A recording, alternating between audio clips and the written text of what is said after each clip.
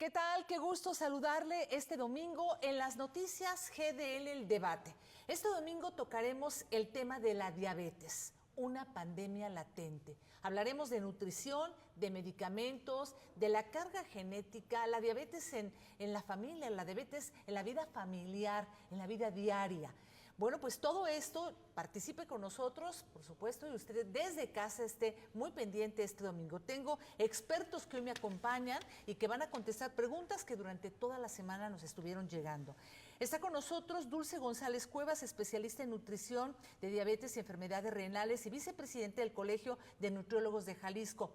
Dulce, muchas gracias. Muchas gracias por la invitación y yo encantada de poder platicar con ustedes sobre este tema tan importante y tan de importancia a cuidado. Entonces, estoy encantada. Claro, será de mucha ayuda, sobre todo la alimentación, la nutrición. El doctor Alberto Ocampo Chavarría, urgenciólogo en atención de diabetes. Doctor Alberto, muchas gracias. Al contrario, Rocío, un gusto estar aquí en tu programa. Sin duda, creo que es una gran oportunidad este Día Mundial de la Diabetes para poder concientizar, educar y sobre todo tratar de mejorar, en el caso de las personas que viven con esta enfermedad, su calidad de vida. Sí, además, ¿por qué silenciosa? ¿Cómo podemos tocar esos puntos focos rojos para atendernos? Está con nosotros el doctor Jorge Alberto Pérez Gómez, médico especialista en diabetes y enfermedades asociadas, también director de Diabetes Center. Doctor Jorge, gracias. Al contrario, Rocío, muchas gracias y encantado de estar este domingo, esta mañana con ustedes para poderles llevar un poquito de a lo que nosotros nos dedicamos a todo el público televidente que sintoniza este domingo y que bueno, muchísimas gracias, Rocío. No, al contrario, y más porque también necesitamos nutrirnos bien, necesitamos cambiar, tener un estilo de vida que ya los expertos que están aquí nos van a decir como nunca es tarde. Así que gracias por estar sintonizando este tema tan importante. El doctor Omar Alejandro González Alcaraz, especialista en endocrinología. ¿Qué importancia tiene la endocrinología en alguien que tiene diabetes? Ya nos dirá el doctor, especialista en endocrinología del Hospital Regional de Alta Especialidad del ISSSTE. Gracias, doctor. Muchas gracias, Rocío. Gracias por la invitación. Y claro que sí, para hablar específicamente de la importancia de la endocrinología, quienes viven con diabetes. Porque ni sabemos que tenemos algún problema endocrinológico, ¿verdad? No sabemos o no estamos enterados. Así ¿verdad? es. Y usted nos dirá qué debemos de hacer, cómo Así debemos ocuparnos. Y el licenciado en nutrición, David Álvarez, muchísimas gracias, David. Muchas gracias a ustedes por la invitación. Aquí listos para compartir la perspectiva biopsicosocial de la diabetes. Claro, muy importante porque también no queremos satanizar, ¿verdad? También pueden alimentarse bien y tener una calidad de vida también feliz las personas que viven con diabetes. Muchísimas gracias por estar aquí con nosotros y bueno, vamos empezando primero, ¿qué es la diabetes? ¿Y cuáles son los tipos de diabetes? ¿Arranca usted, doctor? Sí, cómo no, muchas gracias, Rocío. Pues bueno, hay muchísimas variantes en la definición, en la condición del problema de la diabetes, pero a mí me gustaría englobarlo en tres entidades o en tres condiciones muy importantes para que todo el público que nos sintoniza lo clasifique de esta forma. Tenemos la diabetes tipo 1, la diabetes tipo 2 y la diabetes gestacional, que es aquella que se presenta durante el embarazo y en teoría debería de desaparecer una vez concluido el embarazo. Y bueno, la diabetes tipo 1 es aquella, todas las diabetes de las que les acabo de comentar se acompañan de niveles elevados de glucosa en sangre o ya tienen alguna alteración en sangre de la glucosa. Y en la diabetes tipo 1, hace algunos años se le denominaba la diabetes infantil o juvenil. Y esto era debido a que justamente este grupo de población era quien lo presentaba. ¿Y por qué? Porque el páncreas se echaba a perder, el páncreas por alguna condición autoinmunitaria, es decir, que tu propio organismo te autoatacaba, a veces por algún proceso infeccioso, formabas defensas, formabas anticuerpos, y estos anticuerpos también dañaban a tu propio páncreas, y por lo tanto, al dañarlo, ya no producen insulina, que es la hormona encargada de ayudarnos a regular los niveles de glucosa en sangre de nuestro cuerpo, aparte de otras condiciones reguladoras. Pero hablemos de la insulina. Entonces, el tipo 1 es aquel que su páncreas ya no funciona y hay que utilizar de una manera externa o exógena insulina para poder establecer adecuadamente los niveles normales de glucosa. Pero tenemos el paciente que tiene diabetes tipo 2, que es el grueso de la población. El paciente que vive con diabetes tipo 2 es aquel que sí produce insulina a su páncreas, pero o la produce de muy mala calidad o existen condiciones que generan resistencia para que esa insulina actúe de manera adecuada en nuestro cuerpo, por lo tanto genera niveles elevados de glucosa, y son aquellos pacientes que en lo general se pueden controlar sus niveles de glucosa con medicamento oral. Sin embargo, ¿por qué entonces se le quitó esa nomenclatura de diabetes juvenil y ahora y del adulto, y ahora por qué es tipo 1 y tipo 2? Porque hay jóvenes, muy jóvenes, que ya se están comportando con diabetes como si tuvieran diabetes tipo 2 del adulto, que lo presentaban los adultos.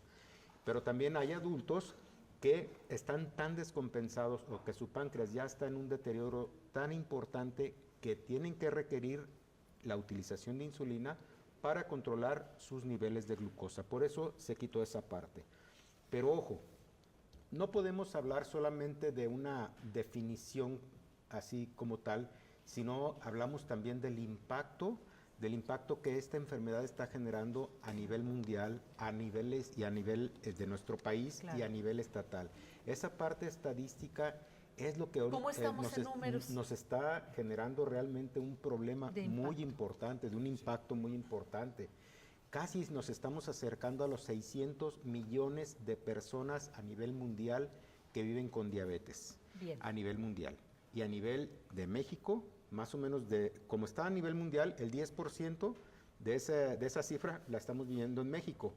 Y en México, más o menos el 10% lo está padeciendo así Jalisco, más o menos en esas proporciones. Imagínate la dimensión, una prevalencia del 18.3% de la enfermedad, cuando hace algunos 7 años estábamos en el 12%. Claro. Y esto se ha generado con un importante crecimiento. ¿Por qué ha pasado eso, doctor Alberto? Es una enfermedad silenciosa, pero también porque ha despertado a edad temprana, y con esos cambios la enfermedad tanto en adultos como jóvenes. ¿Qué está pasando? ¿Cuál es la situación o los factores que nos están ocasionando esto? Sí, es muy complejo y es muy diverso todos los factores que influyen para que, pues, lamentablemente la persona desarrolle la enfermedad. Retomando lo que dice el doctor Jorge, bueno, esta pandemia o este crecimiento exponencial de la enfermedad, voy a manejar algunas cifras para poner sobre la mesa. A nivel mundial, la prevalencia pues es muy alta, había hablado el doctor Jorge del 18%, y estamos hablando que la OMS estima que este crecimiento exponencial va a llegar a los 600 millones de personas. Si lo traspolamos aquí a México, estamos hablando que casi cerca de 10 millones de mexicanos están padeciendo la enfermedad. Si lo bajamos al estado de Jalisco, ese 10% o ese 18% que acaban de comentar, estamos hablando que cerca de 600,000 jaliscienses hoy día están teniendo la enfermedad. Pero ¿qué es lo preocupante en este ámbito? Se aplican las reglas de las mitades, que se llaman. El 50% tiene la enfermedad, pero no lo sabe. Voy a poner un ejemplo así muy rápido. Pensemos que tenemos 1,000 personas que viven con diabetes, 500 sí lo saben, 500 no. De esas 500 que sí lo saben, solamente la mitad, 250, están llevando un tratamiento. ¿Y por qué no lo saben? Porque no van a tomarse su nivel de glucosa o a verificar su enfermedad como tal a las áreas de salud correspondientes, donde los servicios son de forma gratuita. De esos 250 que tienen la oportunidad de llevar un tratamiento, la mitad, 125, llevan un control de su enfermedad. El hecho de que lleves un tratamiento no implica que estés controlado como tal.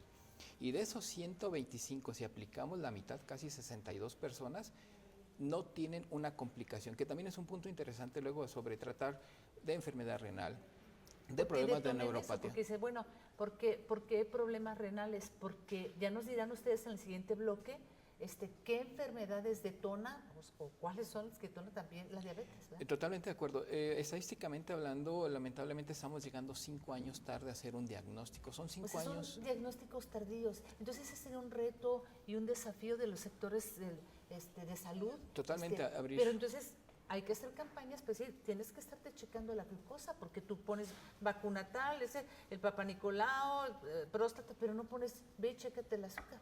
Totalmente de acuerdo, Rocío, y además creo que es una gran ventana de oportunidad porque hablamos ahora del estadio de prediabetes, no de diabetes. Ahorita estamos hablando de diabetes como tal. Bueno, ya me dirán que es una prediabetes y cuánto es lo correcto y lo no, porque tenemos muchas dudas sobre eso, doctor. Totalmente, y este periodo, lo abro, es entre 5 y 7 años donde nuestro cuerpo va generando esos cambios. Bien. Y tenemos esa gran oportunidad oportunidad de prevención en la cuestión de la alimentación y la activación física. Bien. Ya sabemos que puede ser multifactorial, ya sabemos la estadística que nos pone en una alerta total, pero pues cada cuándo tenemos que revisarnos. Aquí está con nosotros un endocrinólogo que nos diga, que es el especialista que tiene que ver precisamente en observar esta enfermedad.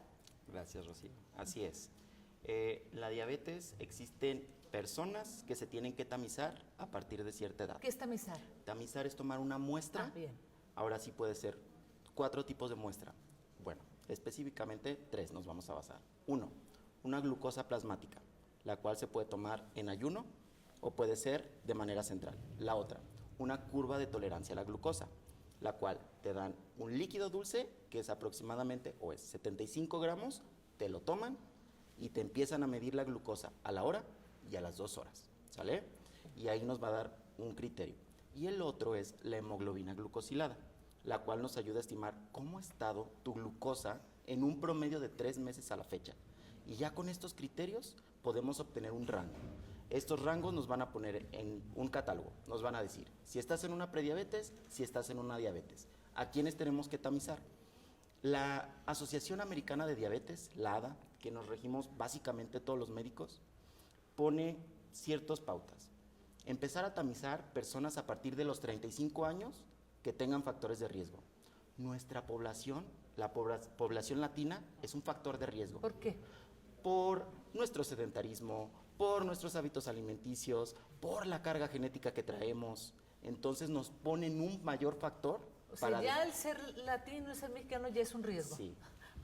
Es una beca. Es una para la beca diabetes. para tomarte una muestra Sí, a partir de los Bien. 35 años, aunque tengas o no tengas síntomas, ¿de Bien, acuerdo? Bien, vamos entonces. Y ya de aquí, si tú no cumples con estos criterios, sin embargo, presentas problemas en el colesterol y triglicéridos, presentas problemas en la presión arterial, problemas de síndrome de ovario poliquístico, que ya tengas datos de resistencia a la insulina, acantosis, acrocordones, una obesidad visceral, familiares de primer grado afectados, te ganaste tu beca para ahora sí que te tomen tu muestra. Bien. Todos esos serían factores precisamente para eso. Ahora, ¿a qué edad, doctora? ¿A qué edad nos tenemos que empezar como a observar? No tanto, ¿se puede prevenir la diabetes? No, ¿o sí? Hay ciertos tipos o ciertos factores que nos ayudan a prevenir la diabetes. Bien. Como comentó el doctor, la diabetes más prevalente es la tipo 2, ¿no? Bien. Que es un 90% de la población. Entonces, la población que nos está viendo en estos momentos, las amas de casa, padres de familia, profesionistas, jóvenes, dicen, a ver, yo me quiero cuidar, ¿a partir de qué momento me tengo que hacer un estudio? Aquí es muy importante, Rocío, si me permites, perdón, viene todo esto hasta desde el embarazo. El crecimiento, el desarrollo del bebé en el embarazo de la mujer, si ganan mucho peso, desde ahí ya se están generando factores genéticos o de riesgo. El proceso ya en la niñez, hoy con el sobrepeso, la obesidad, que es un detonador prácticamente para el desarrollo de esta enfermedad, provoca que a más temprana edad, y tomando lo que dice el doctor Omar, que después Bien. de los 35 podemos acortar a más temprana edad, lamentablemente por el sobrepeso y la obesidad. Bien, este es el primer bloque, me quedan 2 minutos, no sin antes escuchar la opinión rápidamente de la licenciada Dulce, nutrición. ¿Qué tan importante, licenciada Dulce y David? David, la nutrición, Completamente. la alimentación. Eso es muy, muy buen punto y muy buena pregunta, Rocío, porque estamos acostumbrados a llenarnos, no a nutrirnos, que es diferente. Y muchas enfermedades, incluyendo la diabetes, entran por la boca.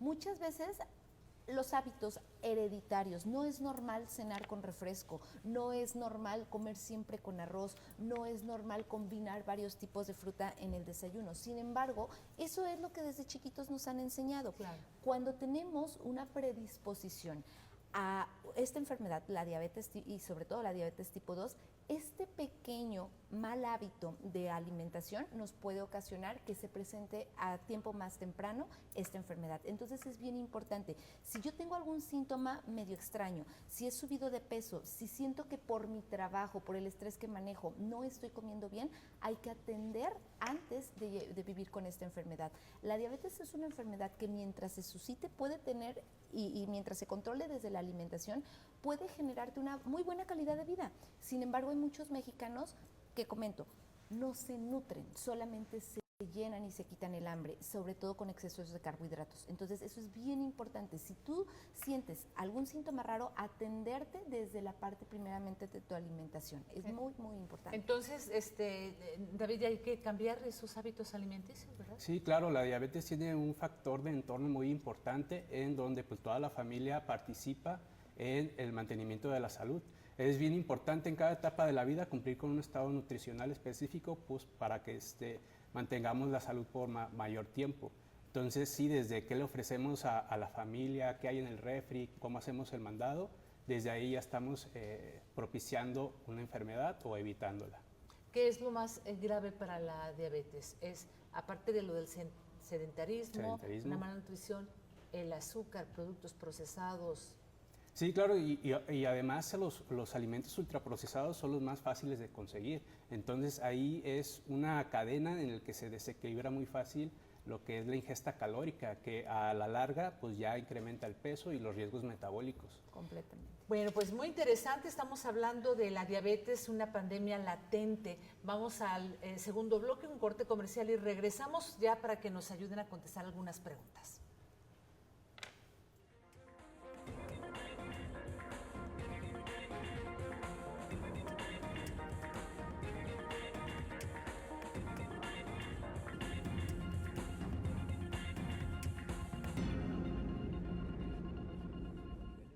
Seguimos rápidamente con esto, estamos platicando en los cortes comerciales, poniéndonos de acuerdo de lo importante que es detectar diabetes, prediabetes.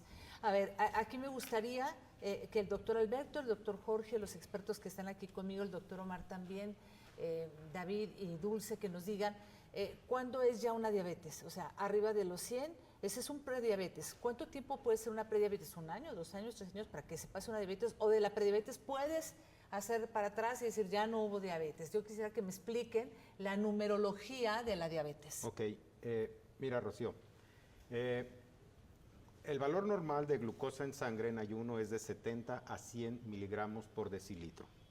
Hay algunos laboratorios que ponen 110 y todo eso, aguas, cuidado, porque los lineamientos internacionales, como bien dijo el doctor de la American Diabetes Association, nos marca que es de 70 a 100 miligramos por decilitro. Pero podemos hacernos incluso un tamizaje también de una glucometría en el dedito. Pídanle el glucómetro a su abuelita, a su vecina, ¿Es el de o todo las eso. bandoletitas que Sí, traen, sí? de las banditas. ¿Y ese es confiable? Es confiable, por supuesto que sí. ¿Y tiene que ser a qué hora? ¿En ayunas? ¿De Uno cuánto tiempo? Uno es en ayuno, precisamente. Otro pueden hacerlo de una manera al azar, aleatoria, es decir, 1 hora después de comer alimentos. 1 hora después. 2 horas después de ingerir alimentos. ¿Y cuáles deben de ser los valores normales? A la hora, una persona no tiene por qué llegar a subir 200 de glucosa después de haber ingerido alimentos, y tampoco con la prueba que comentaba el doctor de la curva de tolerancia. A las 2 horas no tiene por qué subir arriba de 140 miligramos por decilitro, ya sea a través de la pruebita que nos hagamos así o a través de la glucosa en sangre. Pero quiero marcar algo bien importante, porque si uno de los criterios para decir ya vive con diabetes es de 126 en adelante en ayuno, o 200 en cualquier condición o circunstancia del día, así me diga, doctor, es que me acabo de comer, viera unos hot cakes llenos de miel, no tiene por qué llegar a 200. Bien, sin embargo, ¿qué pasa entonces con los pacientes que están entre, les acabo de decir que es de 100 y 126, entonces ¿qué pasa en ese rango de nivel? Los que están entre 105 y 125, ¿qué pasa con ellos? Justamente pedirles una curva de tolerancia a la glucosa, pero ojo, muy respetuosamente, y tiene toda la razón el doctor, en lo personal no solamente pido de la hora y las 2 horas. A mí me gusta pedir también 3 horas, una muestra de 3 Después horas. de haber tomado el alimento. Así es. ¿Por qué? O del líquido que les dieron. ¿Por qué? Porque luego hay pacientes que a las 3 horas pueden tener un descenso, una hipoglicemia que le decimos, no tan severa, pero pueden hacer eso. Claro. ¿Qué pasa con esos pacientes? Están teniendo un problema llamado también hiperinsulinismo. Las otras 2 condiciones de nivel de glucosa estuvieron bien, estuvieron aceptables, pero están teniendo hiperinsulinismo, por lo tanto hipoglicemia, y es otra variante de poder decir es una prediabetes. Porque va a llegar el momento en que ese páncreas se va a agotar, porque lo estamos sobreexplotando en trabajo. y eso que lo estamos haciendo de una manera de laboratorio y todo eso, eso se transforma también en lo que hacemos día a día con los alimentos, día a día con la falta de ejercicio. Entonces, al hacer esa prueba, determinamos, se nos van también muchos diagnósticos de prediabetes o incluso algunos Entonces, pacientes ¿hay que con hacerse diabetes. esa prueba? Sí. ¿Y cada cuándo? Es muy recomendable, cuando menos una vez al año. Una vez al año y si tenemos, ya completas si tenemos todas. antecedentes hay que hacerlo. Bien. Ahora, qué bueno, Rocío, y quiero cederle ya el uso de la voz a mis demás compañeros, pero el año pasado ya se acuñó un nuevo tema y me da gusto que hayan sido invitados aquí una experta en nutrición renal y un experto también en nutrición y activación física, y por supuesto a mis otros compañeros, porque desde el año pasado se acuñó un nuevo término.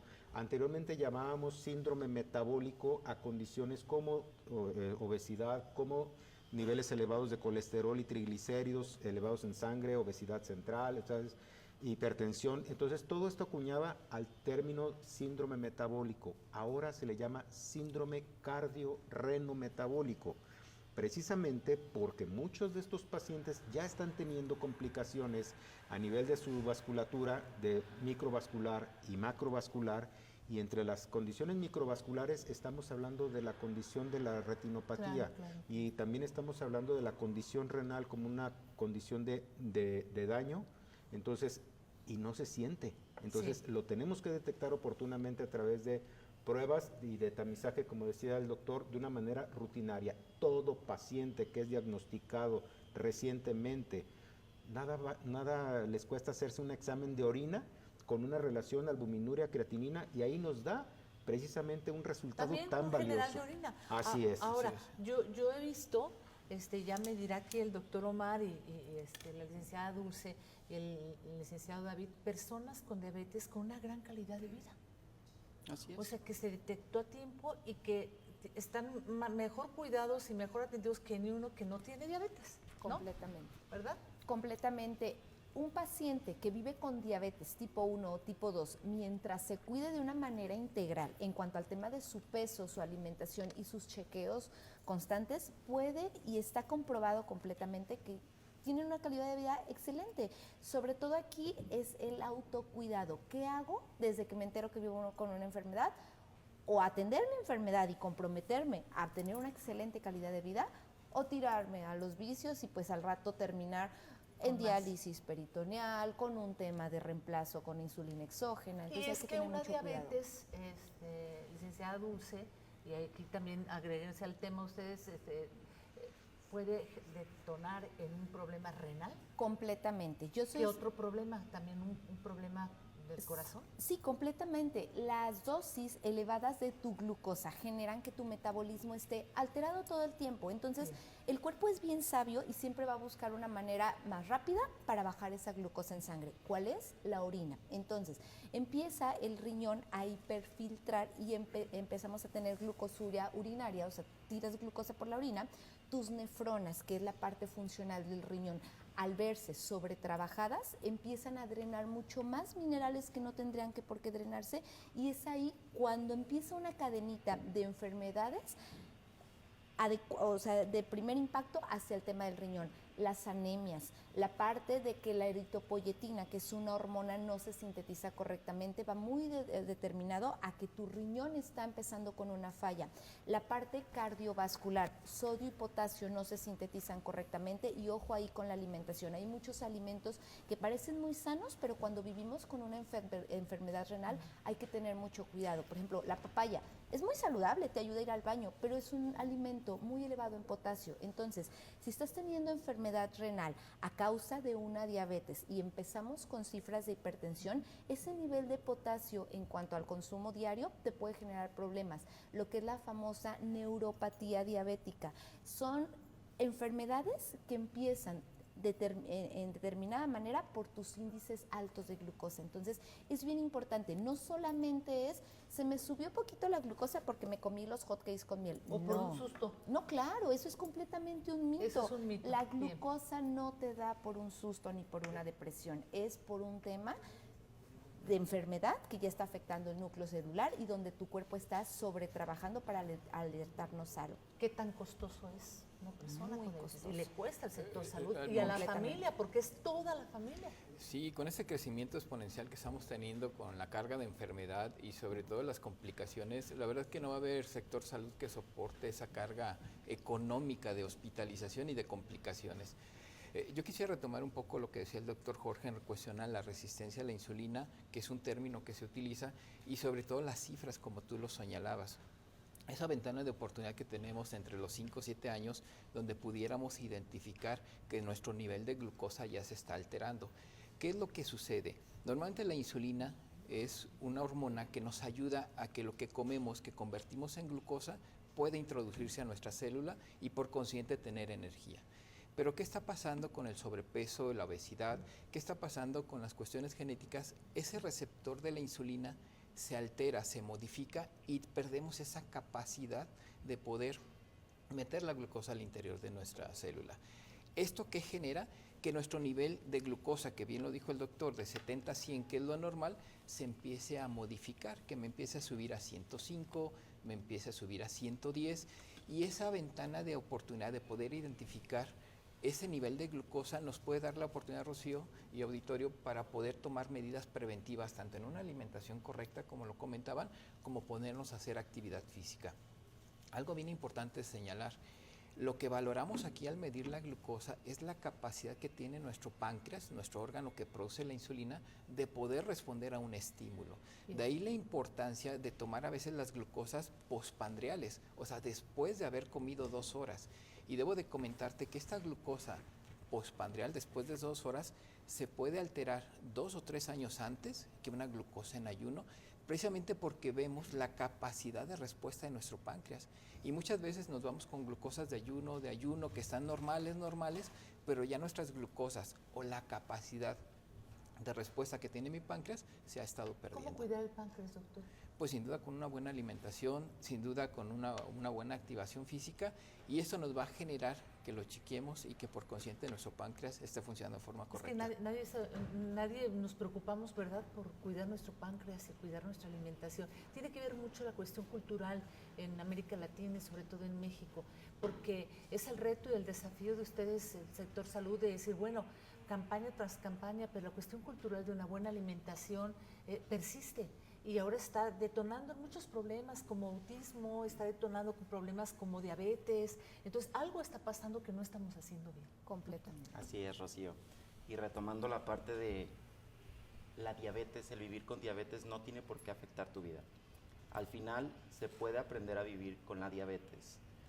Como mencionó el doctor, existen múltiples tipos de diabetes. Las clásicas, tipo 1, tipo 2 y tipo 3. Pero hay diabetes por endocrinopatías, por medicamentos, MODIs, hay una cantidad inmensa de diabetes, ¿de acuerdo?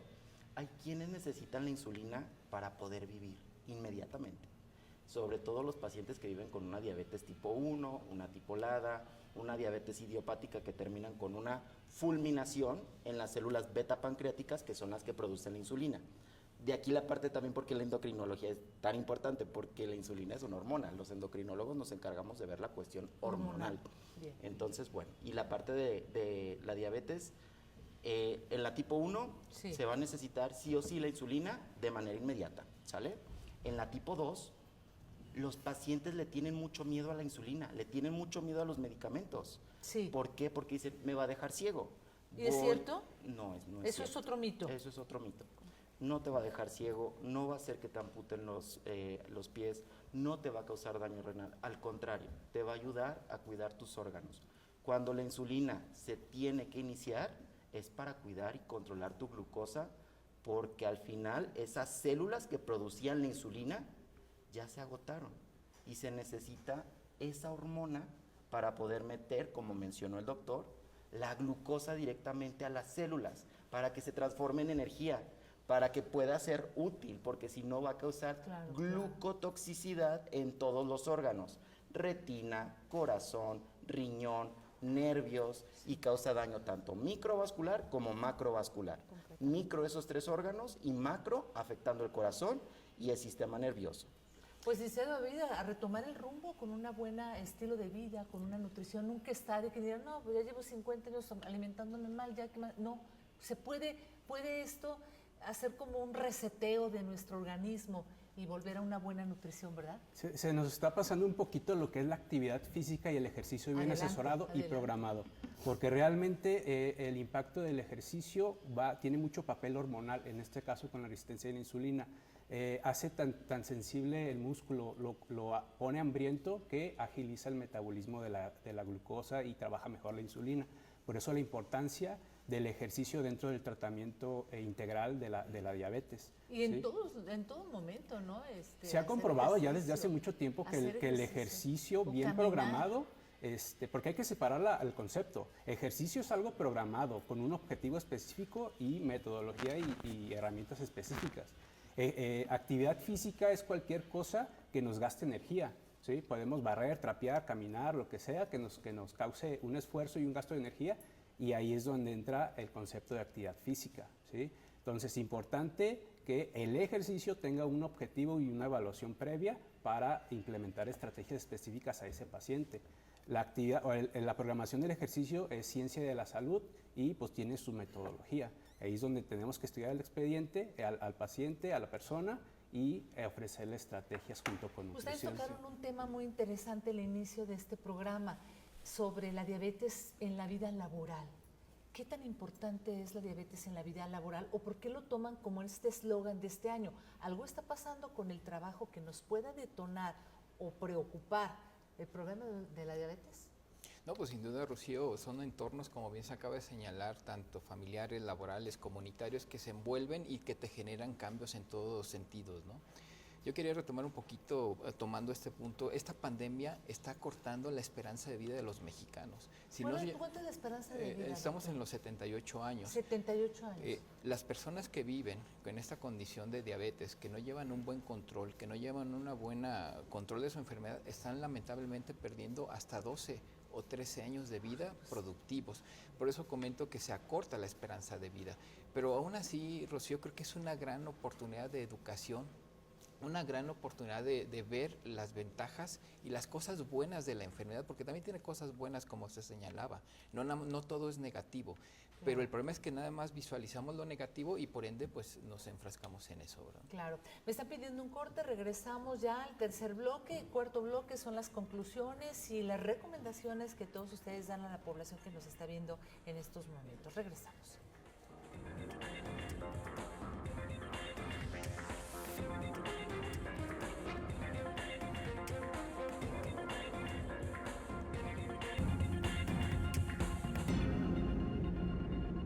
Seguimos este domingo con este tema, la diabetes, una pandemia latente. Licenciada Dulce, ¿qué nos recomienda? A ver, denos todos los tips, porque hay madres de familia viéndonos, hay maestras, hay profesionistas, hay madres jóvenes, hay adolescentes que son deportistas y que tienen diabetes. Entonces, denos toda la información de tips que nos pueda ayudar. Completamente, Rocío. Y ojo, para todas las que me están escuchando, esas mamás de familia que se encargan de la comida.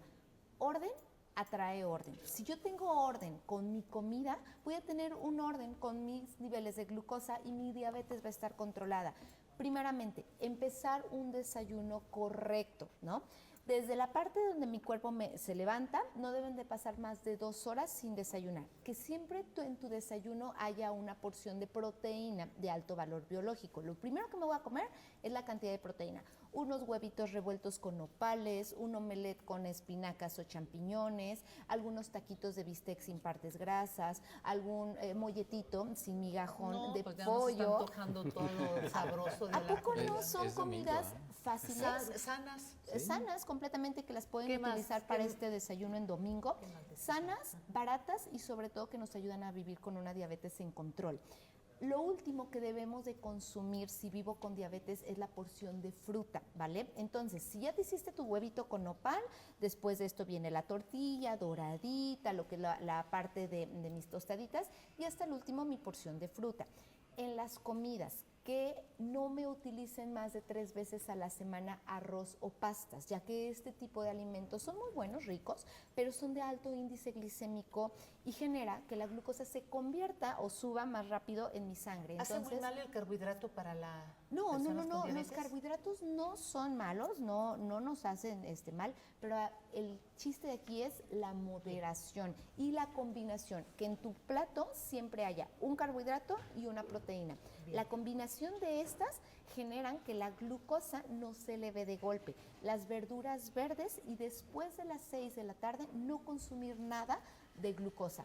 Cenar pan con leche no es cenar ligero. Después de las 6 nada de azúcar. No, de preferencia no. Hay que dejar algún tipo de carbohidratos complejos, por ejemplo, alguna papa cocida, alguna tortilla doradita, puede ser la parte de algún sándwich integral, bien doradito, pero no con glucosa, ¿vale? ¿Colaciones? Colaciones bien importantes, cuídame tus colaciones, sobre todo las oleaginosas son un muy buen punto para personas que viven con diabetes.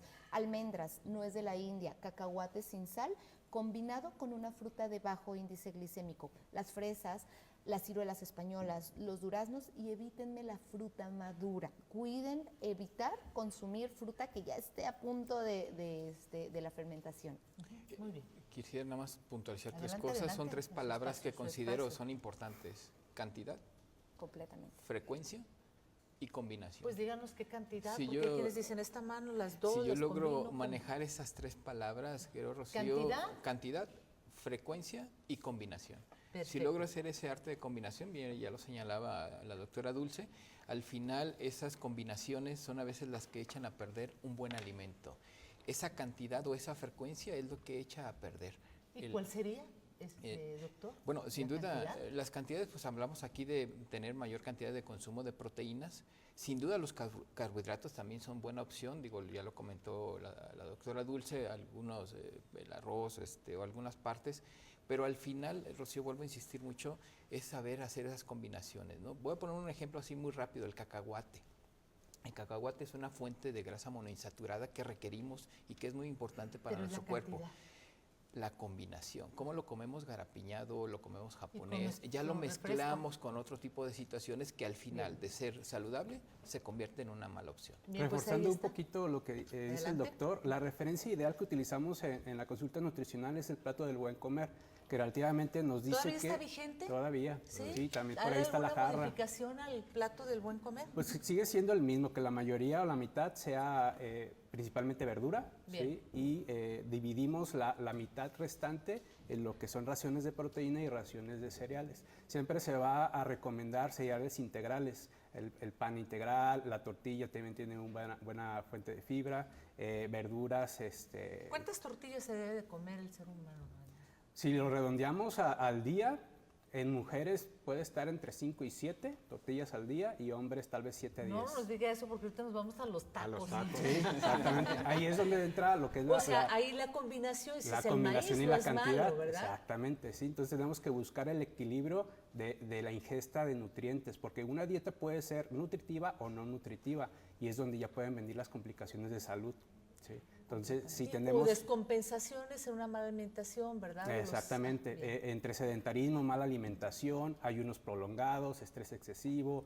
El estrés también nos hace mal. Claro, tiene un impacto importante en el estado hormonal. Pues también hay que controlar el estrés. ¿Y cómo lo podemos controlar? Pues ustedes ya ¿El nos darán tips. cortisol? Pues nos pueden, pues denos tips, podría ser caminar o...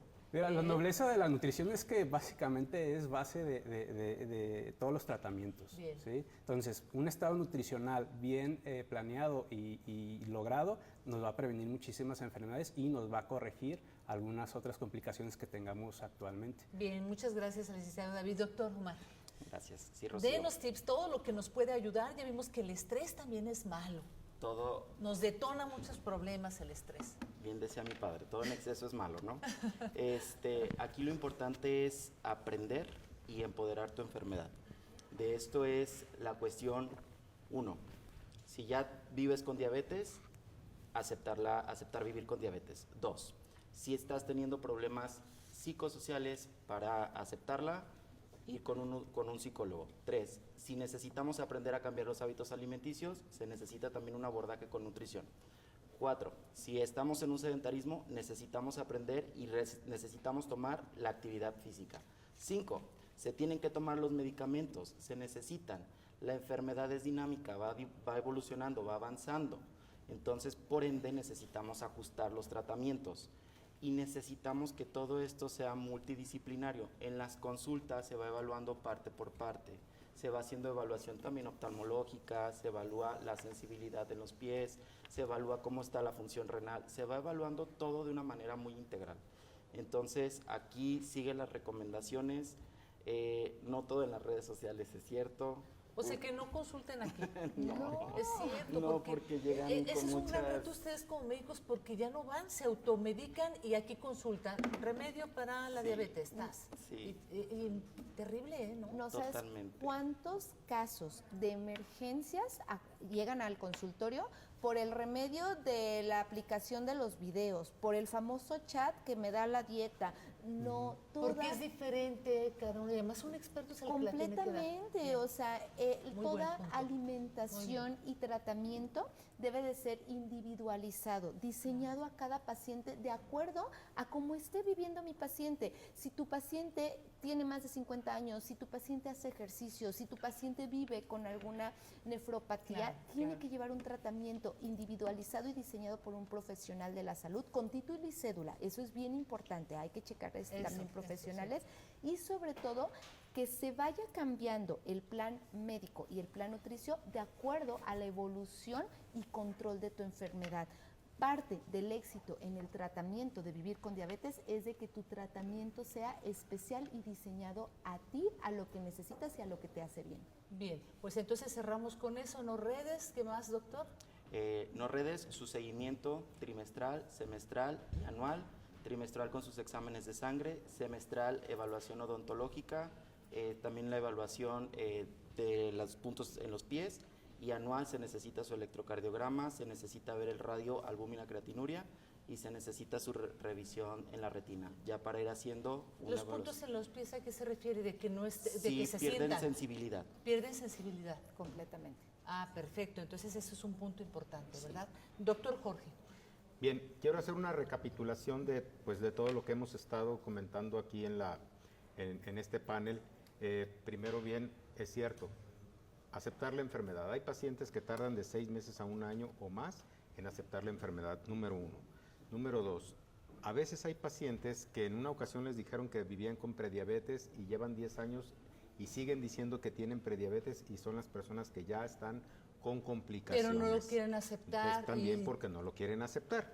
Entonces, y el no aceptar pasa también por algunos episodios de duelo, la no aceptación, el coraje o también la negación. Entonces, todas estas condiciones hace que le van perdiendo tiempo y ganando tiempo a lo que es la salud. Entonces, siguen fumando, siguen tomando alcohol. Ahora, No deben de fumar ni tomar no, alcohol personas con diabetes. No, preferentemente alcohol, bajarlo lo más que puedan.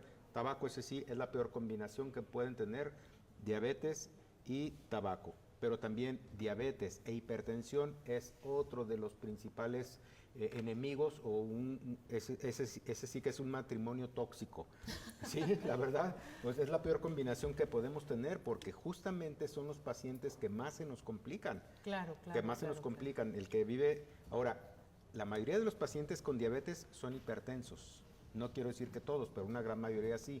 Pero no todos los hipertensos viven con diabetes. Bien. Pero entonces, la diabetes sí es un condicionante muy importante. De hecho, la primera causa de mortalidad son las enfermedades cardiovasculares. Y la segunda causa de muerte son las enfermedades asociadas a la diabetes. Pero ojo, no todo es glucosa. No todo es diabetes. O sea, no es diabetes y siempre pensamos azúcar, glucosa. No, para nada. Tenemos que estar más al pendiente de todas las condiciones y comorbilidades que se asocian a la diabetes.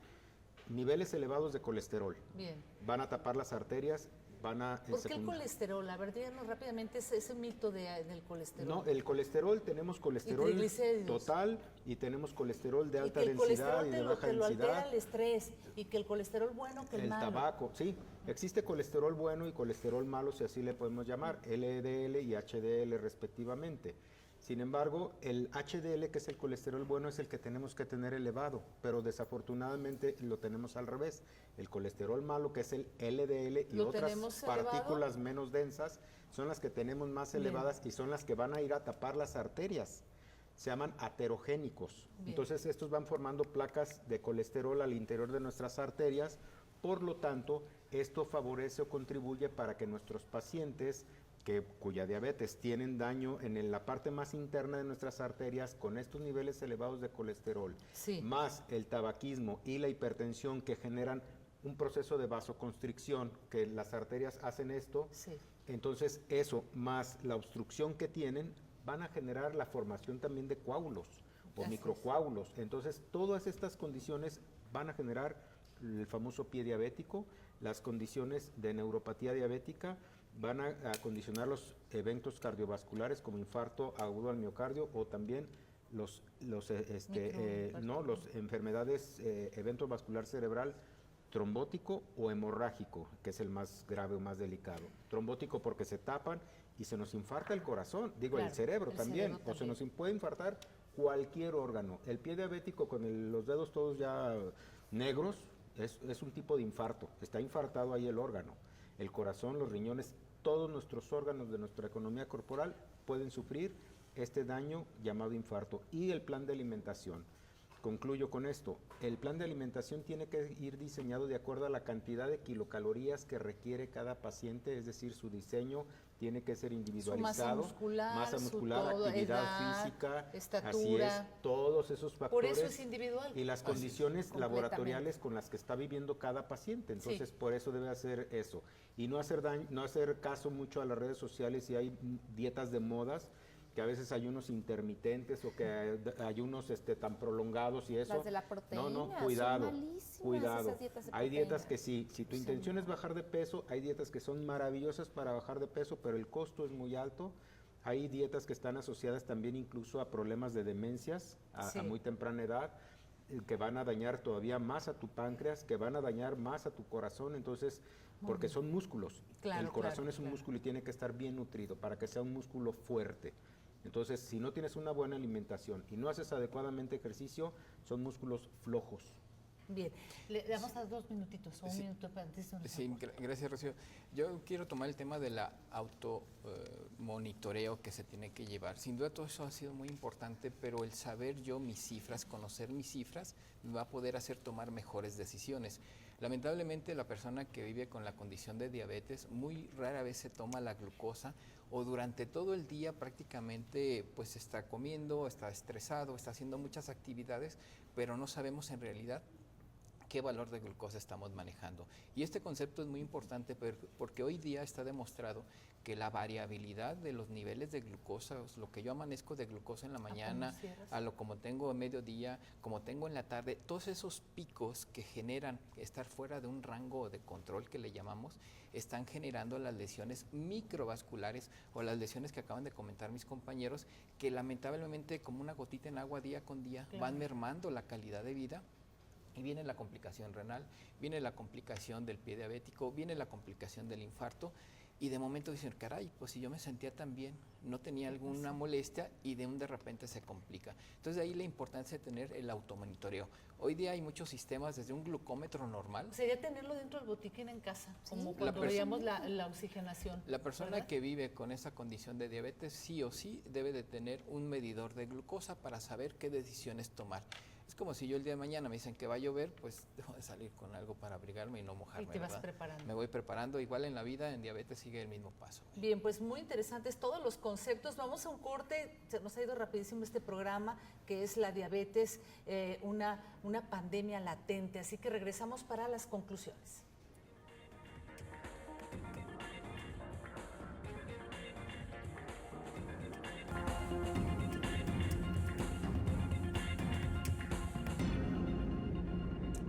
Diabetes, la otra pandemia latente. Y bueno, pues ahora concluyen con una frase que nos debe quedar a todos en la familia y a nosotros para cuidarnos y atendernos.